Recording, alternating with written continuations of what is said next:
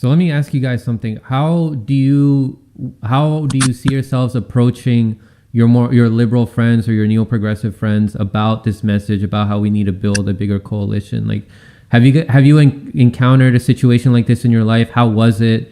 And how do you think we can improve that going forward? Like, how can we improve approaching these people? Um, for my experience, a lot of the time, definitely, even just like with my family, a lot of those people, I get it. They need to have like their trusted sources. That's the hardest thing that's been for me, is to try to like prove things to people when it's not coming from the New York Times or from some other established source. So it's figuring out a way to get that message out there that also seems credible. And that's the tricky part, I think. I'm curious what you guys think. Mm-hmm. Yeah, let's go around. I want to hear from everybody. So I guess I'll call on people. Like, it feels like I'm teaching a class. Oh, no, you're fine. Yeah, go ahead, Ritzy. I was going to say, I don't see left or right anymore. I just don't, I just don't see it at all. It's just all a blur.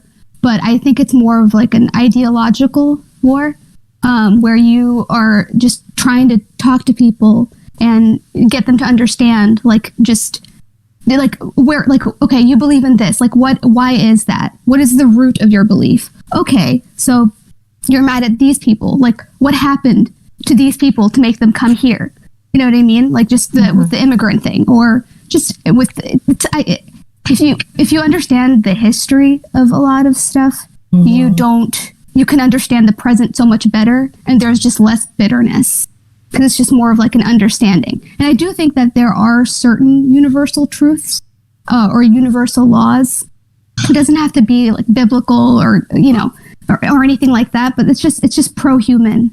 Like, it's just you're either pro-human or you're anti-human. Like, do you want human beings to prosper? Cool.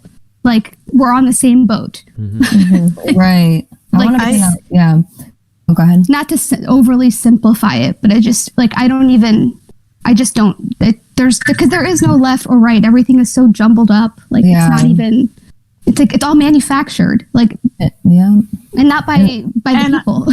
And I think, I agree with you. And I think, especially when, talking to somebody who maybe you disagree with, or maybe they see things differently than you, especially talking to those on the right, quote unquote, like, we need to remember though, and I see it a lot, because even with like people on the left that maybe think differently, like I see it a lot where like people are just getting frustrated. They just get mad and then they resort to like attacks or something. But we need to remember that like since we're in kindergarten, we're all brainwashed and we're all presented with the same propaganda, and you can't even turn on the news and hear any truth. Like, it's all state propaganda, like everything we're exposed to. So when you're talking to somebody on the right, like, just remember like what they're watching mainstream media, they're watching the news, and they're constantly just taking in all this propaganda that the US is putting out.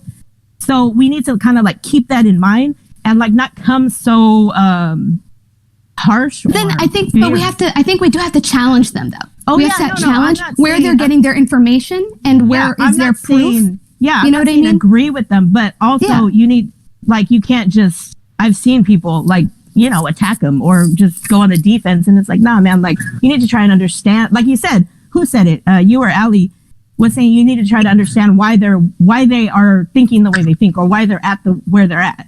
Right. And even, I will add this.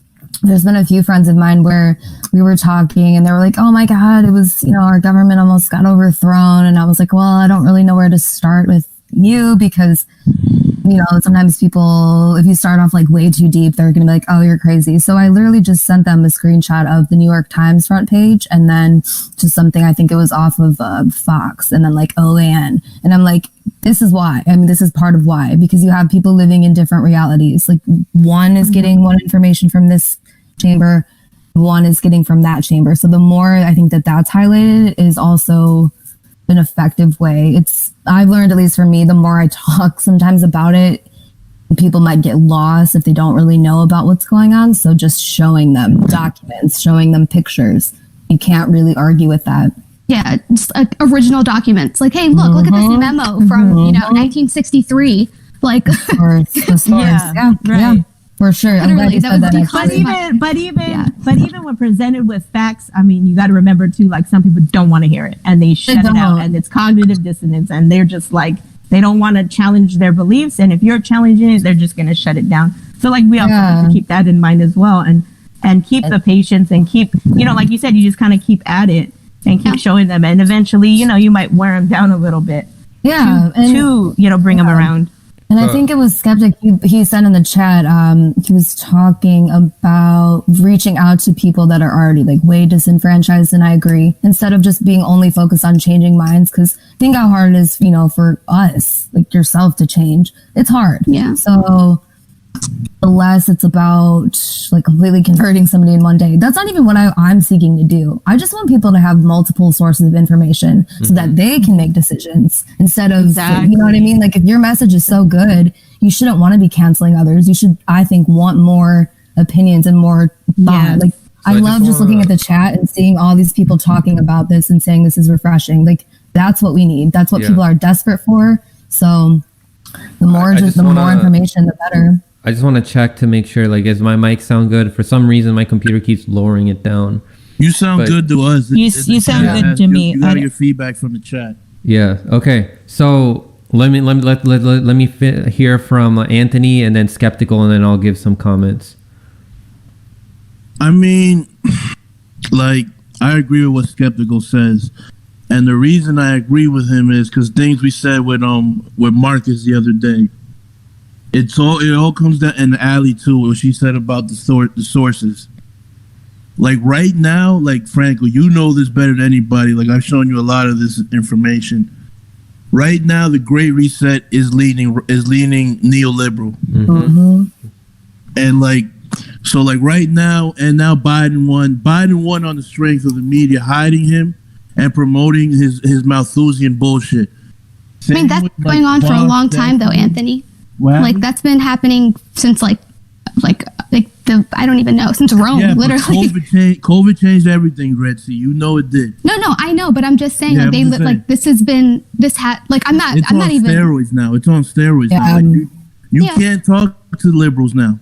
Like they're in a whole nother league. Like Marcus said, the right can see like where it's going, but then they have thought leaders lying to them. The left, they're sheep. They don't know what the fuck is going on. They think they're right. Like, they think they're listening to trusted sources. So that's where it comes down to. I think it's like they think they have when the right says, "Oh, it's a liberal bias," they're half right.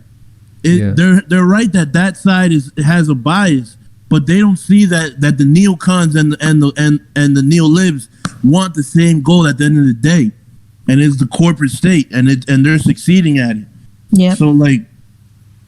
For me, it's like right now, it's like you gotta, it's like Dylan Radigan told Jimmy, you gotta look to the left and to the right and see if that person needs help type shit. Because like at this point, like the problem is so exasperated, it's crazy. I don't even know where to begin with it. Yeah. All right, Skeptical, you wanna go ahead, Franco, Mona, and then Skeptical.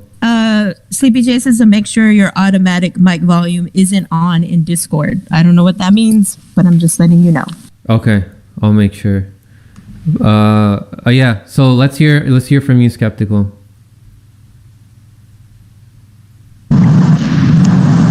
Hey guys, could you hear me?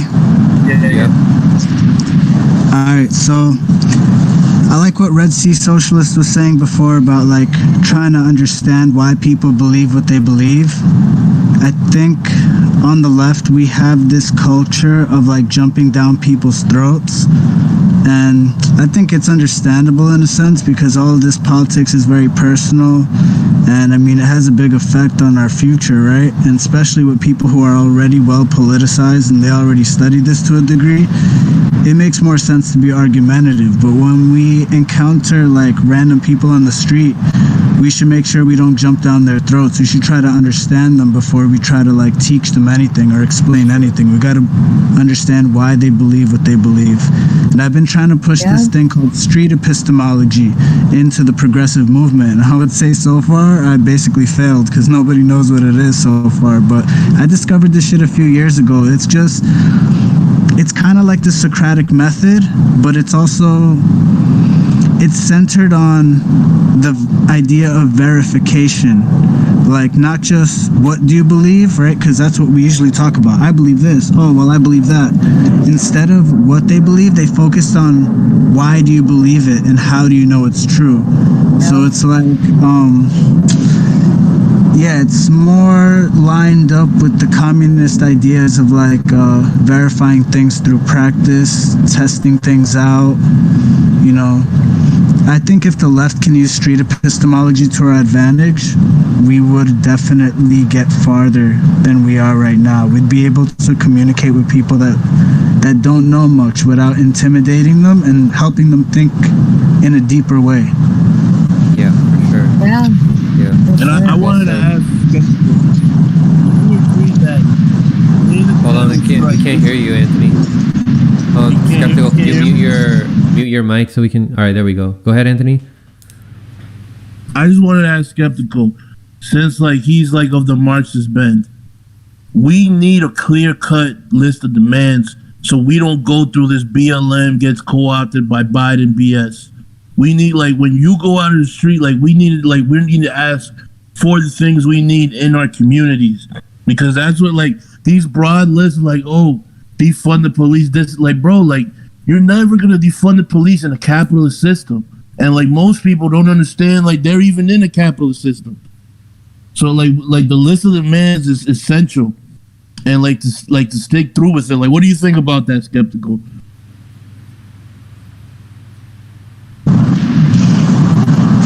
I think what you're saying is pretty interesting. I think one problem with the defund the police demand is that it's purely negative, even though I agree with it. You know, they're calling to take something away, defund the police. Yeah, it's not asking for reparations. It's not demanding, you know, something material that could be in people's hands that could make people's lives better. It's a purely negative thing. Like, I've been trying to push the idea that we need to disarm the police, but we need to arm the masses. Like, arming the masses needs to come first. That's how you build leverage for any other demand. Not just arming them with actual, you know, weapons, but, you know, with political ideology, organization, all of these different political tools that we can use to create leverage against the ruling class. Everything is force. And I think that's important to go at the same time. Also, that's another thing is, you know, multiple strategies, because that's going to work in some places. But also, again, I go back to force the vote and how the point of it was just to get people on the record. Since that was effective, in my opinion, as far as exposing people, that same energy can be applied to so many other issues. Just, again, like, use those politicians' words like against them, because they have to then say what they believe, even if it's not, you know, on the floor. It's just talking about it. You can tell where they stand. That's another way to just get people's attention. If you just point blank say, well, why do you believe this? Why do you believe in this person? Then they continue to, you know, not follow through. Eventually they're going to run out of excuses. That's just another strategy, because you have those people, then you've got people that are beyond disengaged, or they don't care. They feel like they can't do anything. That's fine. So it's just coming up with different ways to make it make sense to them without trying to sound like, you know, just another person that wants to talk about politics. Because I get why people don't want to talk about it, for sure. It's uncomfortable because you're afraid that you're gonna have like an argument, or people are gonna get mad at you, or you might even like it might even like ruin your friendship with somebody. I definitely understand that. So let me just read a couple of these super chats and then I'll comment. So Dino Pantalocas, thank you so much for the super chat, says, as an older retired socialist teamster, it's so refreshing to see you younger folks figuring the system out. You give me hope for the future, for working class unity and socialism. Thank you so much for the contribution. Mona says, "Who are the ladies in the chat?" Oh, I missed it. And that we're okay, and that I'm a spirit, her spirit animal. That's what's up. Colin, what's up, man? Says Franco, appreciate you. Ali and Mona are the baddest bees in the game. Love you both. Aww. Yeah. So Thanks, Colin. yeah, it's great. It's great to see you here, Colin, man. He was also here in the. I also had him for a panel discussion. He's a very good voice to hear. Can I just say that Colin's the king? That's why. So I do want to say, like, when you tell people about like where they can find objective information, like we have to be careful how we tell them. Don't be like, oh, just stop listening to that. Stop listening to like to the New York Times, or stop listening, or even like stop listening to TYT, because then that might cause like resistance. Like it's like when a parent tries to tell a child like what to do. Sometimes their first instinct is like, I'm not going to listen to them. Like I'm going to do what I want. I know better. So the best thing you can do is just be like, just give them objective information about it. It's like, hey, look, they've been wrong on this. They were wrong on this. Look at who funds them. That's going to affect the way that they say things. And then just have those people figure it out on their own. That way they don't feel like they're being forced to do something. Exactly. Like I just want to say, so, like you know what I mean. Like I come, like I really like Caleb Maupin, and I really like the Marxist ideology, but I really got to say, like we gotta use people like Whitney Webb, Ryan, Derek Bro, Steve. Like these people are saying things that reaches both sides. Yes. Like Caleb always says, in a socialist America, like in America with socialist characteristics, and like I don't know, like if we could get them on board, they're right on board with that, but like we need to first and foremost drop this Malthusian like behavior that like, oh, so communists want you to be poor. Like nah, communism is about robust economic mobility, and like I just wanted to, we could really get these people if you really explain to them like what like dialectical materialism is, like, and how that it can be applied now, and also use the Great Reset information from the Last American Vagabond and Steve. Like there's ways to form all these people together into like thinking differently, but I don't know how we get there. You know what I mean? Like I agree though. I don't even think that you have to call it communism or whatever. I know people are so, you know what I mean? We could just be like, how do you want the economy to work? Do you want it to work for the people? Do you want the economy to be based on like actual things and not just a financialized economy? Say like call it something different, like just American. Yeah, like whatever.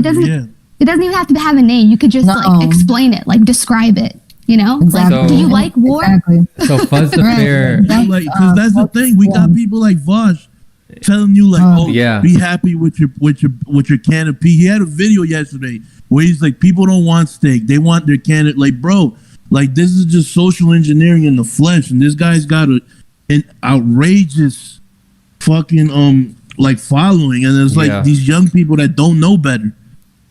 Misguided. No, they don't. They're misguided. And then you got Tim Pool on the other side. He's just telling you trust the plant. Like that's like it's a terrible dichotomy we have. I also forgot to mention like earlier how like a lot of people on the right are starting to wake up with realizing that Trump doesn't have like a plan. He's not playing 4D chess, like all these QAnon people, and instead of people taking advantage of that and being like, look, like informing them in a kind way, people are laughing at them, making fun of them. That's going to create more division. Like our goal is to make the movement bigger, right? So why are you making fun of them? Like still treating them like an enemy instead of treating them like a potential ally. Exactly. And you better believe like these bread soup fucks, David Pakman, they're the new QAnon. They're telling you trust the plan, trust Joe, give him 4, give him 8 years. He's gonna figure it out. It's crazy how they could flip the switch on one side of the aisle and then on the other side of the aisle. Oh yeah, and I was just gonna follow up. There's tons of opportunities for that on the right. I'm friends with the couple of people like they call it like the new right, and we're talking about like I'm like, well, I don't know if that's the name because it's always the branding and the name, but I swear to God, they have pretty much the same things to say that we're saying. So there's totally room for opportunity there. And honestly, like somebody like Whitney Webb, very effective because people on the right love her.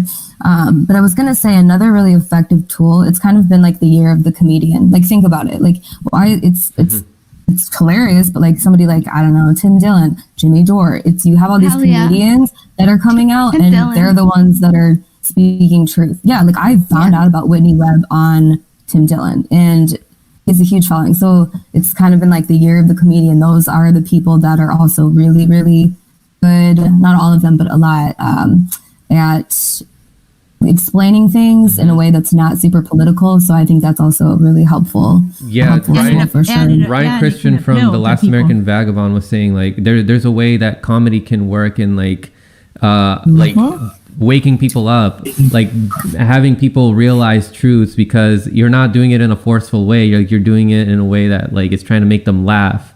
Mm-hmm. Yeah, natural, and it's unique because like no one's ever heard the truth. Exactly. It's just, and it's like if you laugh at it all because it's so ridiculous. This is ridiculous. Like I work with George Carlton, I can't run from it. George and then Jimmy Dore. Like his channel blew up. And I think also like when you don't take yourself so seriously, like those type of people you kind of are drawn to. Like I know I am. Like I'm drawn to people who aren't so serious all the time. Like I like to go and hang out, with people who can make me laugh. So if you're making me laugh, you kind of like you kind of bring your walls down a little bit, and then you're a little more open to ideas, whatever. Exactly. Yeah, I just wish Jimmy would have Whitney Webb on for 2 hours and shut the fuck up. Just let her say everything. Like I just wish Jimmy would do that. Yeah, there needs to be more collaboration among these people with bigger platforms. Yeah, like Tim Dillon let her break his brain. Like there's like a I brought this up in one of my videos where I was talking about Avril Haines. Like there's not a strong connection. Like there's not a bridge that's there yet between like the T-Lab people like Ryan Christian, Whitney Webb, Derek Bros, and people that are like the Gray Zone or Jimmy Dore. Like there needs to be more collaboration there. And with Caleb Maupin too, because they're all spot on a lot of issues, but there's just like some things that they're not like they're not like 100% on, right? So there needs to be more collaboration. We need to push more for that. I agree, Franco. Yeah. I think it would be amazing if all of y'all work together, and you know what I mean. Like I think that would be wonderful. Yeah, that's what motivates me, honestly, is what I've been trying to, that's why I just am really excited about this, because I've been trying to say this for a while. I'm like, okay, if we would just talk to each other and you see it from an objective point of view, like, oh yeah, we do have a ton in common, like screw the people at the top. Like it's pretty easy. So I've also found that when you come at somebody with a subject that they might not have an emotional reaction towards, you're more likely to get them to understand if you are trying to just persuade people. That's just a side note. Yeah. If you come at them with something that's like super emotionally charged, they're not gonna be as open to it. And I mean, even myself, that goes for all of us. So I found money's a pretty easy one to just kind of get people to realize like, oh, okay, they're being funded by this, because again, I'm just kind of going all over the place here, but there's just this is the time. Like it really is. Like there's so much opportunity. So I think a lot of times people are just scared to say that. Mm-hmm. It's true, because think about it with Trump. He printed all this fake money. Like the right, like they don't know where to go now. Like they see that, like they're starting to see like it's a joke. Like these people are getting money and we're getting nothing. And they transferred that energy into no lockdowns. Like you feel the thought leaders got them into that kind of mode. Like, oh, you just need to open up and everything will be okay again. And like that's the like that's where like we need to step in and be like, listen, you're not getting the whole story. You're getting half the story, and then they're filling it in with bullshit like Alex Jones. Yeah. There's like with anomaly, especially with the sorry, what were you saying? Oh no, I was just gonna say like it's just an example of somebody that would be he just has a very loud voice. He's, you know, some things I don't think we agree on, but Anomaly, he has a really like very loyal following, and he's been lately telling all of his people like, you know, Q serves screwed you. Like he's yelling at them, but it's like they have to hear it because they're so disengaged. And he's just been saying some of the same things that we're talking about here, which is like there needs to be more crossover. We're not going to agree on everything. So it's just kind of getting out there and like looking for those opportunities too. That's what I'm happy to do because in the Like, just long to run, add- we're all in the same boat, really. I mean, because a lot of the times on the left, I'm met with like, oh, well, he doesn't want to take a vaccine, or he doesn't, you know, he talks about God too much. It's like, okay, then did you just want to fight, or do you actually want to do something? And that's another thing that you're really seeing right now is who really just wants to kind of Yeah, fight, the liberals, they pick just at want each people other, to shut up. and who actually Yeah. wants to do something productive. But this So thing, again, though, that's you why can't come at I you just can't really come like at this group of people, because you you're not You trying to can't- be in that loop anymore. but you can't come at them with like, oh, you know, like America sucks or whatever. You know what I mean? Like, even though, yeah, I feel it. Like, I do think that America sucks. But at the same time, in American history, there's also been a lot of really great patriots, you know, like Hamilton, you know, or like McKinley, like JFK, Abraham Lincoln. Like there have been like these figures that were extraordinary. So you can bring those people up and be like, hey, look, like your country used to be run by this, you know, by these people. These people tried, like they failed. You know, like these people that have taken over now, like they're not even loyal to you. Like if you kind of explain it in that way, I think you would get a lot more like of the American base. It's as like well. Giannis Varoufakis, like somebody asked him that, like, why don't we just take nationalism from the left? And he said in Europe, they already came, Yeah. they already came to a conclusion a long time ago. You're either a patriot or a nationalist. A patriot loves his country and wants the best for it, and a nationalist wants to topple every other country and make their country number one. Fucking A. And, like, Yep. And like that's a very it's a very unselfish and selfish attitude. Because everybody has their own their sovereignty, then you can have a multilateral world. It doesn't have to be like unipolar, you know, America controls everything, they have the strongest currency. No. Like let the currency fall. Like let the currency fall, have like concentrate on your own country, you know? Because think And about like you make a great point. Think about it. yeah. Our currency is faith based. It's not like It's not real. It's not there's nothing backing it. Yeah. And on top Yep. of that, like But you debt. gotta really come at these right wingers like, dude, are you getting the money, or is Wall Street getting the money? Yeah. Is Raytheon getting like at the end of the day, like you're like you're perpetuating your own doom, your own kids' doom, your family's doom. Like I Right. understand the neoliberalism is terrible, but that doesn't mean that you go for a shyster. You don't go for electoral politics. You go from the Exactly. bottom up and you fucking like you fight like hell. People want the 100%, easy yeah. way out. You got to show them there is no easy way out anymore. There never really was, and Sheldon Wolin has this thing called inverted totalitarianism, where everything seems as it's on the up and up, but we all know it's rigged it's rotten from the inside out. And like that's really what America is. Like you think you got Jordan Sheridan. You think the elections are good. You think your water's clean. You think all these things, but none of them are actually none of them are real. You think Yeah. America's the best. Right. Yeah, 100%. Yeah. And then again with the elections, you can't unless you see Everything all is the evidence, you yeah. can't say objectively that the elections were fair. Right. And then even Jamal, when he tries to argue like with me or with Pasta, he's like, I just don't believe it. I don't believe it. But Jamal, that's just your belief. Like it's not based on 100% on evidence. It's based off of your feeling. So I want to give a shout out to Craig. Like speaking of Pasta, he just donated a super chat. Thank you so much, brother. He says, loving the ideology of this group. I'm with you all on talking and building bridges with people on the right who think differently than us. Love you, Frank. Hey. Love you, Pasta. What's up, Thank you so much, man. Thank you. Yeah, you and Fee, Nico, you guys do fantastic work. You've helped inform us, everybody here in this chat. And now that Yeah. influence is growing. Thank you for all that you do. Yes, Yeah. thank you, Pasta. We love you. Yeah, same thing with Fee. She's also Yo, in can I say chat. something real quick? Yeah, Yeah, go go ahead. Go ahead, Skeptical. Hey, Kit. Yeah, I want to say something about this whole thing about reaching out to the right wing. I think we should try to do it under some circumstance. I'm down to talk to them, but we shouldn't really focus on trying to convert right wingers or liberals, in Yeah, my opinion. We should be focusing on the majority of the country that doesn't even vote. The normies. On some level, Yep. those that Those are don't the even easiest to vote mold. actually realized that this shit is bullshit. That's why they don't vote in the first place, you know? That disenfranchised, exactly. So they don't even have hope in the system. So in a way, they're more wise than the ones who actually like watch Yeah. CNN and vote all the time, you know? Exactly. Yeah, I talked to some kid the other day in AOC's district. He said, I was too young to vote when the election happened. He just turned 18. He's like, but even if I was old enough, I wouldn't have even voted. I was like, yo, you're more wise than all the adults who like think that this is all like such a big deal. The adults that are Yeah, overestimating let me ask themselves you and this think that they question. have it all figured out. Exactly. Yeah. Yeah, let me ask Skeptical this question.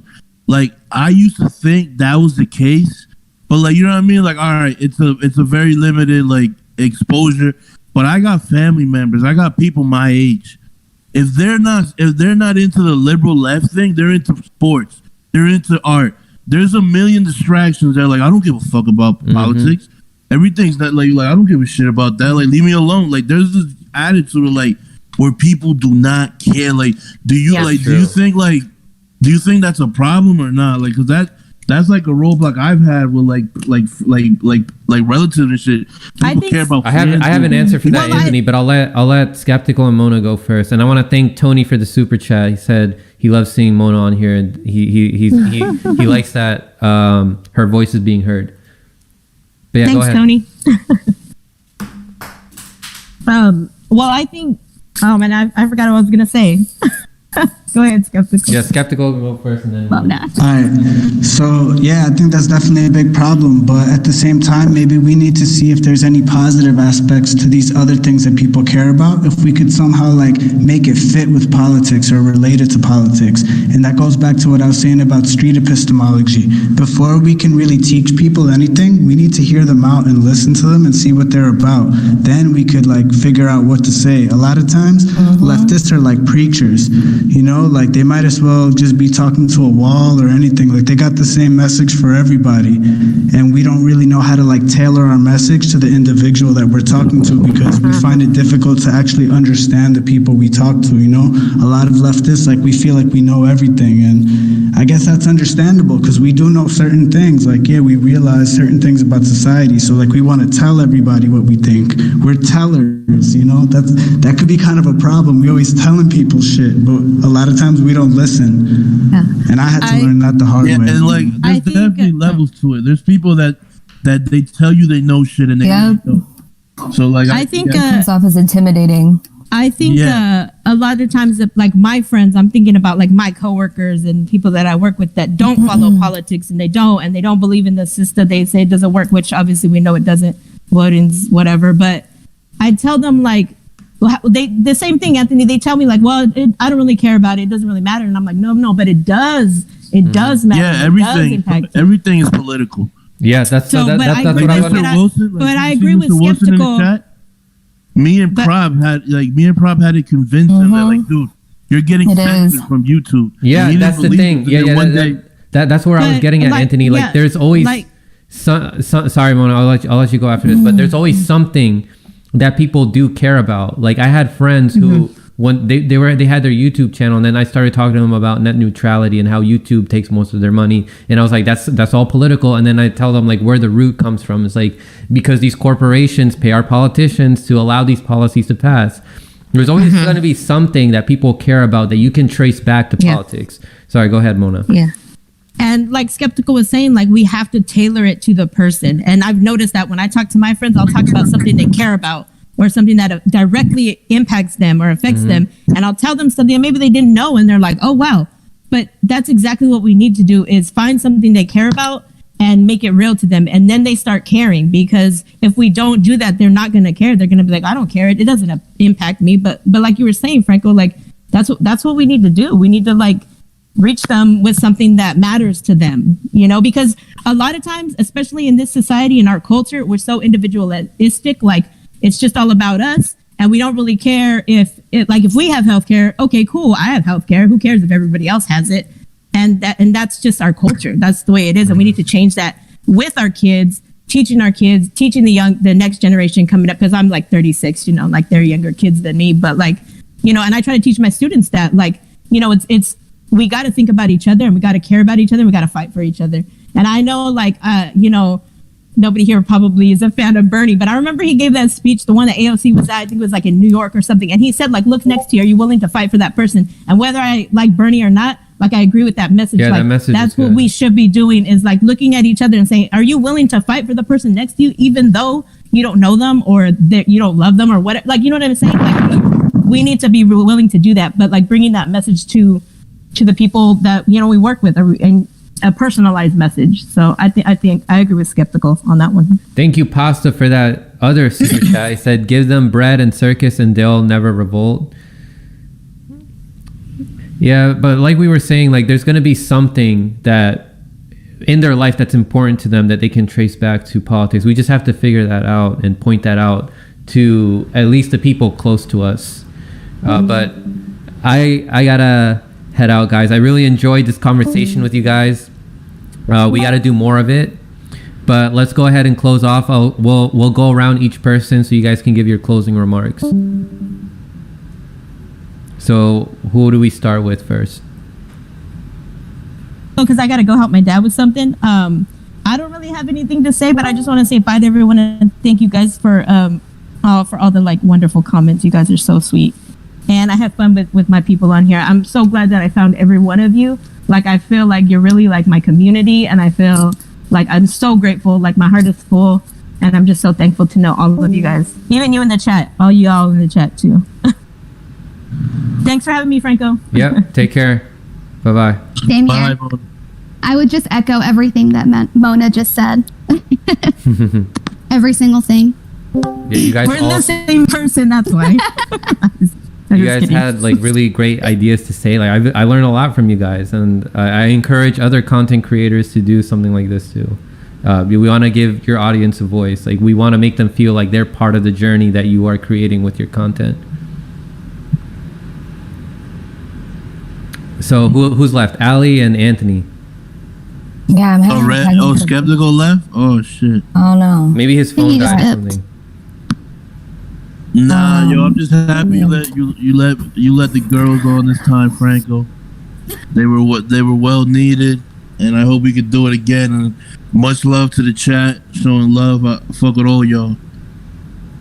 Oh yeah. 100%. I mean, yeah, I can't really tell all of you enough how much this really motivates me, and just to see all these people coming together like this, you know, like I've spent a lot of time really thinking about this, and people say, oh yeah, it's not going to happen, but it can happen. And, you know, I hate to sound super cheesy, but like, we're all proof of it. It's just ideas over ideologies, because ideologies keep you stuck in this loop. And I really think that this time we can do something different. So thank you for having me on. I'm happy to, I will riff with people forever. I love talking about ideas. Like, that's, if I could spend my entire day doing it, I would. So thank you for having me on. Yeah. And honestly, this community, like, I'm coming, Nice. you know, out of this pandemic, whenever it ends, you know, people are going to come out of it for worse or for better. And I think all of us will come out of it better, because kind of cut out a lot of the clutter, and you know who's real. And that's all that matters.